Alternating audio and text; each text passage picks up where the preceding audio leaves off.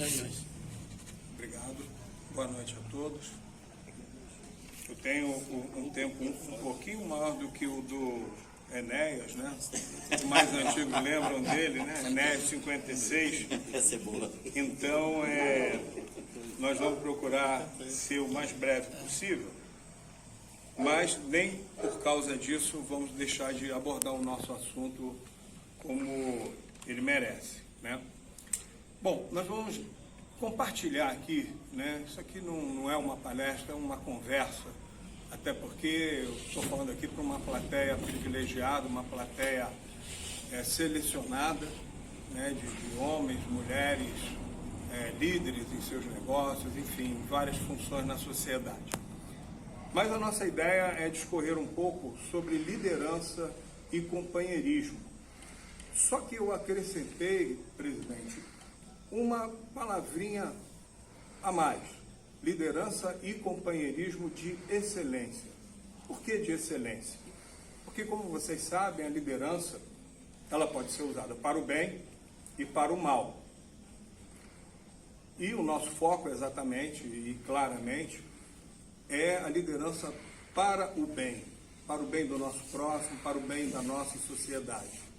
Então nós vamos, nessa parte inicial, introdutória da nossa palestra, a gente vai fazer uma rápida análise do retrato que a nossa sociedade brasileira e até mesmo mundial enfrenta nos dias de hoje. Inicialmente, eu quero fazer 4 definições. Primeira, liderança é chefiar e conduzir pessoas para atingir determinado objetivo. Normalmente, a liderança é norteada por regulamentos, normas e princípios. Companheirismo, convívio cordial, afetuoso, sincero, amável, que ajuda, que presta serviço de boa vontade. Honra, princípio que leva uma pessoa a ter um comportamento virtuoso, honesto e corajoso, sentimento da própria dignidade. E por último, ética, conjunto de valores morais e princípios que norteiam a conduta humana. Muito bem. Um breve retrato social. Um dos grandes problemas da atualidade é a relativização da ética e a banalização da moral e dos bons costumes, com a finalidade de destruir princípios e valores.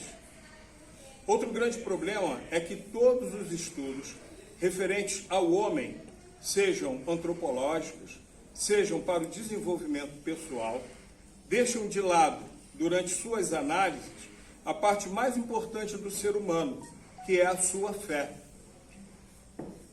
É bom que se diga que o homem é o único ser vivo dotado de fé.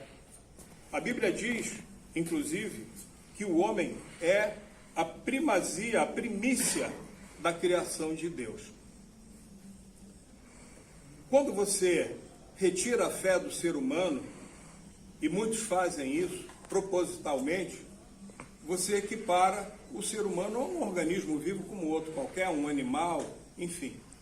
E nós estamos muito além desse tipo de definição ou de pensamento.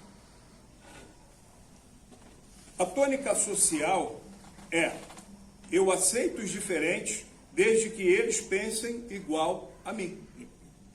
Não é assim que acontece? Eu passei por 5 universidades públicas e olha que dificuldade.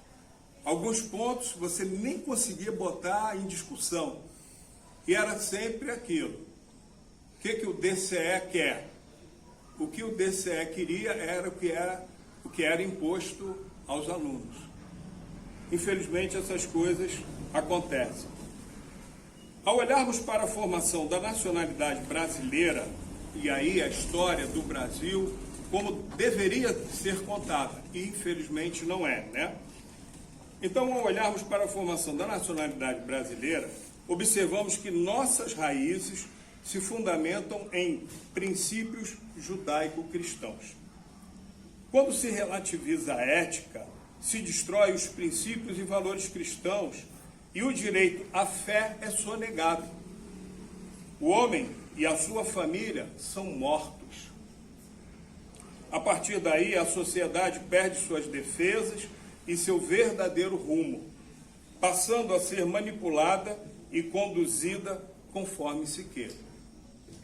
Qualquer semelhança com a sociedade brasileira não é mera coincidência. É o que vem acontecendo. Isto vem sendo feito há mais de 50 anos pelos meios de comunicação de massa, particularmente pela imprensa escrita, falada, televisada, internet, instituições educacionais do ensino básico ao ensino superior. O pensar e o viver o politicamente correto aprisiona mentes e corações. Já perceberam, né?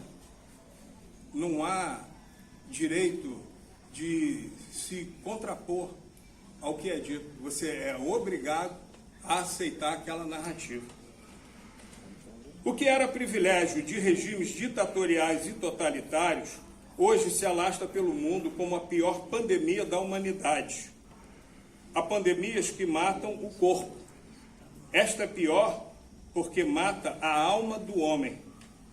Recentemente, a Operação Lava Jato mostrou ao mundo um dos maiores esquemas de corrupção jamais visto, envolvendo pessoas do mais alto padrão social, ricos e extremamente cultos, porém corruptos.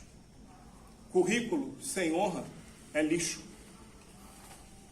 Às vezes nós nos apegamos muito, né, às especializações, aos cursos, quantos idiomas que fala aquela pessoa, mas e o caráter? Tem caráter ou não tem caráter? Nós estamos falando de liderança. Um homem sem alma é um homem sem honra, sem caráter, levado como folha seca ao sabor do vento. É um homem sem identidade. Um homem ou mulher sem identidade é capaz de trocar sua família, trocar seus amigos, trocar seu próprio sexo, trocar seus ideais e vender a sua própria honra. Um homem sem identidade é um homem sem fé. E um homem sem fé é um homem sem as defesas básicas contra a corrupção, contra o narcisismo, contra o egoísmo, contra a soberba, contra a desilusão e contra o desamor.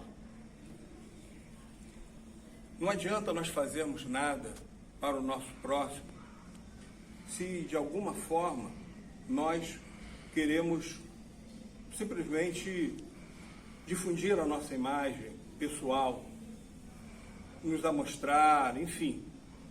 Porque essas coisas, queridos, não são necessárias. Não precisa ser assim. Em meio a esta pandemia que vem matando a alma da sociedade, como liderar? Primeira pergunta. E como formar líderes? Quais referências nós podemos ter diante de um quadro como esse? Me permitam aqui, eu vou fazer uma breve exposição sobre a minha escola de formação, a AMAN. Com a frase cadete e descomandar, aprender a obedecer, a Academia Militar das Agulhas Negras, AMAN, situada em Resende, terra do nosso Alexandre, forma os seus oficiais combatentes. Os alunos da academia são denominados cadetes. Mais importante do que o conhecimento técnico é a formação incorruptível do caráter do futuro oficial do Exército Brasileiro, que desempenhará importantes cargos de comando, chefia e assessoria de alto nível, tanto no Brasil como no exterior. A prática da vida do cadete é fundamentada na... Observem agora esses quesitos: verdade, lealdade, verdade, todo mundo sabe o que é, sempre, em qualquer situação. Lealdade, muito importante. nenhuma relação humana pode prescindir, pode abrir mão da lealdade. Probidade, ou seja, honestidade. E da camaradagem, que é o que nós estamos falando aqui sobre companheirismo. Apesar da hierarquia que se submete ser meramente funcional, o cadete sabe que ela deve ser respeitada. E aqui é um ponto, queridos, que eu faço uma breve pausa. Funcionalmente, qualquer que seja o ambiente que nós estejamos, seja na nossa empresa, seja numa instituição, enfim, há uma hierarquia, sempre haverá uma hierarquia nas relações humanas. Você chega na tribo indígena, lá em Maturacá, no coração da floresta amazônica, onde eu estive algumas vezes em missões pelo Exército. Talvez ninguém nunca tenha ouvido falar dessa localidade, Maturacá, mas existe. E existe há mais de 30 anos, há mais de 50, há mais de 100 anos, há mais de 200 anos que os nossos indígenas estão lá. Então lá, mesmo naquela organização rudimentar daquela tribo, existe uma hierarquia. Ao pajé, ao cacique, e ninguém faz absolutamente fora daquilo que o cacique determina. E vejam, é uma organização bastante primitiva. Os oficiais do Exército, enquanto assessores, entendem que, durante o processo de tomada de decisão, as argumentações e ideias devem ser debatidas. Então, por exemplo, está o comandante com o seu Estado-Maior, os seus assessores. É um processo de tomada de decisão, é uma operação, seja o que for. Então, todas as ideias são debatidas. Até que chega um momento que o comandante, ele toma a sua decisão. A partir daquele momento, a decisão, ela imediatamente é acatada, e respeitada e cumprida. A isso no Exército nós chamamos de disciplina intelectual. Ou seja, eu argumentei enquanto era possível, enquanto a decisão não tinha sido ainda tomada. Isso se aplica somente no Exército? Não. Eu trabalhei em empresas, em funções executivas, onde nas reuniões semanais ou quinzenais, dependendo do que se estivesse a realizar naquela empresa, toda a assessoria era colocada ali, os diretores, gerentes, todos opinavam, até o momento que o presidente tomava a sua decisão. Tomada a decisão, acabou, não há mais o que se ponderar. Por que isso? Isso não é fraqueza moral, muito pelo contrário. Isso é entendimento, isso é inteligência, isso é sabedoria, porque senão as coisas não vão funcionar nunca. Já pensou? Aí, não, o senhor já decidiu, já tem 3 dias, mas eu queria falar mais uma coisa. Não tem mais uma coisa. Já foi comprado material, se é um estaleiro, se é uma fábrica de automóveis, enfim. Aquela decisão foi tomada e ela deve ser seguida. Imagina na nossa casa, né? Vamos pegar assim um exemplo bem próprio. Aí a gente define, poxa, vamos nos mudar. Aí trata a mudança e tudo, desmonta os móveis, monta as caixas com os pertences, aí o caminhão para na porta, e aí de repente chega uma pessoa da família, um filho, ou a esposa, ou sei lá, um terceiro, um parente. Olha, eu estava pensando bem, eu acho que não é bom fazer a mudança, né? E já está com tudo pronto ali, né? Contrato já foi feito, enfim. Então isso serve para a nossa vida prática, sabe por quê? Aí entra um pouquinho da neurociência, só um pouquinho. Algumas pessoas não avançam nunca na vida. Por quê? Porque ela não consegue caminhar de maneira progressiva. Ela caminha um pouco e recua. Ah, não, acho que eu não vou fazer isso. Aí caminha mais um pouco e torna a recuar. Nesse sentido, eu gosto muito do exemplo da tartaruga. Eu costumo dizer lá em casa, para minha esposa, meus filhos, tartaruga não tem retrovisor. Então ela nunca dá marcha ré, ela só anda para frente. Pode até virar de um casco para baixo, pode acontecer, descer uma pirambeira, mas ela vai caminhar sempre para frente. Prosseguindo.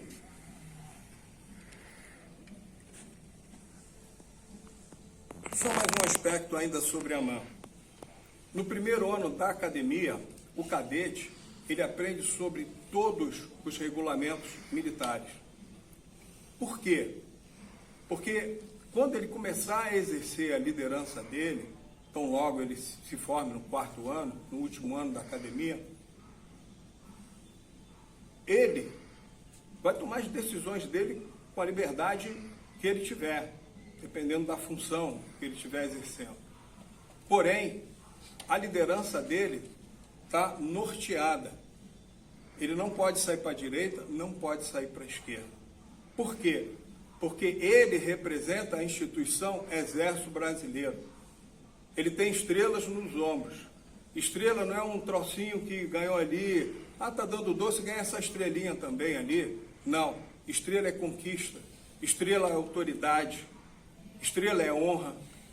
Tanto é que, quando nós somos promovidos ao primeiro posto do oficialato, que é o posto de 2º tenente, nós prestamos um compromisso à bandeira nacional. E esse compromisso do primeiro posto, nós dizemos, perante a bandeira do Brasil, que representa todas as tradições do povo brasileiro, representa a nossa história, representa tudo que o nosso país tem de bom, e é muita coisa. Então, perante a bandeira do Brasil e pela minha honra, prometo cumprir os deveres de oficial do Exército Brasileiro. Honra é uma coisa que, infelizmente, a sociedade tem colocado de lado, mas nós não. Bom, falando então sobre a questão de referência, né? Citamos a Academia Militar das Agulhas Negras. E que outra referência, em termos de liderança, nós podemos citar nesse momento? Jesus, o mestre da liderança e do companheirismo de excelência. Algumas passagens bíblicas. Romanos capítulo 13 diz assim: toda autoridade é constituída por Deus. Para quê? Para castigo dos malfeitores e louvor dos que fazem o bem. E quem resiste à autoridade, resiste ao próprio Deus. Muitas vezes a gente vê governos municipais, estaduais, federais, vemos pessoas em função, agentes públicos, e não gostamos e muitas vezes até nem concordamos com as atitudes dessas pessoas. Entretanto, se eles não estiverem cometendo nenhum crime, infelizmente nós temos que aceitar aquelas decisões, ainda que não gostemos. Primeira epístola do apóstolo João, capítulo 5, diz: Jesus é o verdadeiro Deus e a vida eterna. É curioso isso, e por que eu estou ressaltando? Não tem nenhuma matiz eminentemente religiosa, mas para que a gente entenda o todo. Para muitos, Jesus é uma pequena entidade, é um simples espírito, enfim, um profeta, alguém como outro qualquer. Mas a Bíblia, ela coloca a grandeza da pessoa de Jesus como sendo o próprio Deus. Evangelho de João, capítulo 15, ali nesse capítulo nós vemos Jesus tratando os seus discípulos como amigos. Isso é uma coisa muito bonita. Um líder tratar os seus liderados como amigos. E para finalizar, em 1 Coríntios, no capítulo 13, é uma passagem bíblica que eu acredito que a maioria aqui conheça, que fala sobre o amor. Diz assim: ainda que distribuísse toda a minha fortuna para o sustento dos pobres e entregasse o meu corpo para ser queimado e não tivesse amor, nada disso me aproveitaria. A motivação, gente, de quando nós vamos fazer algo para alguém ou para um grupo de pessoas, sejam pessoas de posse ou pessoas pobres, não interessa. Essa motivação, ela é muito importante para a nossa vida. A gente não pode ficar cansado de fazer o bem. O apóstolo Paulo escreve sobre isso também na Bíblia. Não nos cansemos de fazer o bem. O que todos estão fazendo aqui nessa noite? Nós estamos nos dispondo a fazer o bem, a alcançar pessoas, a ajudar pessoas. Somos melhores? Não. Amanhã pode ser a nossa vez. Você está ajudando hoje, a via, ela é mão dupla. Amanhã você também pode estar sendo ajudado. O que nós não podemos é ficar isolados. Jesus Cristo é maior de todas as referências e de todos os ensinamentos referentes à liderança e companheirismo, pois ele, sendo Deus, todo o universo cabe na palma da mão dele e ainda sobra espaço. Ele é o maior líder do universo, pois nos ensinou que o líder existe para servir. Atentem para isso. Liderança existe para servir. E deve ter um caráter incorruptível, não sendo egoísta, soberbo, narcisista. Exercício de liderança não significa estar sob holofotes da fama. Não. A sua mão esquerda deu, a direita não precisa saber, porque nós somos um corpo. Se o seu pé fez, a sua mão, o outro pé, enfim, qualquer parte do corpo, não precisa saber. Nós somos um organismo aqui. E é assim que Jesus enxerga a igreja, e ele mesmo a denomina de corpo de Cristo. Ah, mas nós não somos uma instituição religiosa? Sim, e eu sei disso. Eu sei disso. Entretanto, a religião é aquilo que nos faz parar, pensar, refletir. Nós não podemos resolver tudo a ferro e fogo. Não podemos confiar sempre na nossa sabedoria. Olha quantos companheiros já baixaram.